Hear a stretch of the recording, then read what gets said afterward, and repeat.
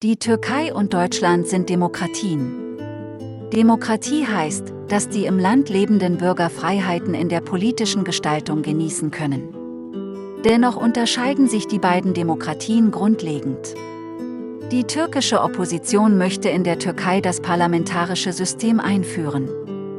Türken kennen das parlamentarische Regierungssystem bereits aus der Vergangenheit, denn es wurde nach einem undemokratischen Militärputsch im Jahr 1980 eingeführt. In parlamentarischen und präsidialen Regierungssystemen orientiert sich der Bürger nach einer Partei, die seine politischen Vorstellungen entsprechen. Je nachdem entweder für rechte oder linke Politik. Da unterscheidet sich nichts in Deutschland und der Türkei.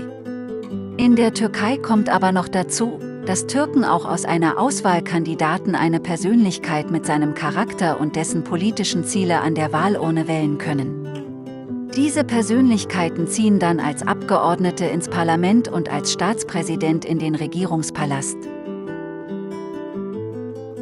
In Deutschland können die Abgeordneten anhand der Anzahl Sitze ins Parlament einziehen.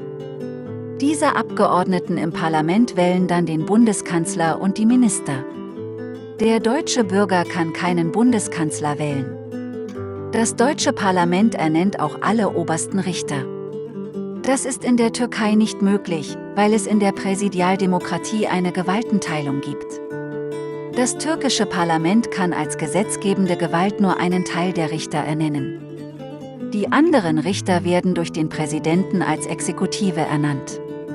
In der Türkei sind mit der Gewaltenteilung auch die Regierungsgebäude strikte getrennt. Das türkische Parlament ist nur für die Gesetze zuständig und der Präsident für die Einhaltung der Ordnung und zum Schutz der Bürger. In Deutschland ist die Legislative und Exekutive ein Teil des Parlaments und daher nicht getrennt. In der Türkei kontrollieren sich das Parlament als Legislative und der Staatspräsident als Exekutive gegenseitig. Wenn Lobbys das Parlament zum Nachteil der Bürger beeinflussen, dann kann der Präsident ein Veto einlegen.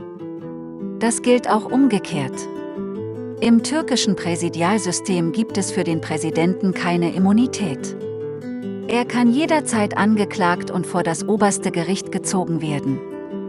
Die Judikative besitzen die Türkei, wie auch Deutschland, als weitere Gewalt.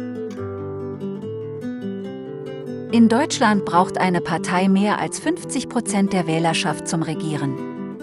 Sonst müssen Parteien eine Koalition bilden und ihre politische Richtung anpassen. Mit dieser parlamentarischen Regulierung wird jedoch der deutsche Bürger benachteiligt, weil seine Wahl an der Urne in einem Kompromiss endet. Aber nur so können sich die Parteien gegenseitig kontrollieren. In der Türkei werden unter Parteien auch Bündnisse geschlossen, aber an der politischen Richtung ändert kaum etwas, weil die Regierung spätestens nach einer Stichwahl über 50% Wähleranteil bekommt. So wird die Mehrheit der Türken ihre gewünschte Politik bekommen. Türken würden daher niemals auf die direkte Demokratie verzichten wollen und sich für ein parlamentarisches Regierungssystem mit Kompromissen entscheiden.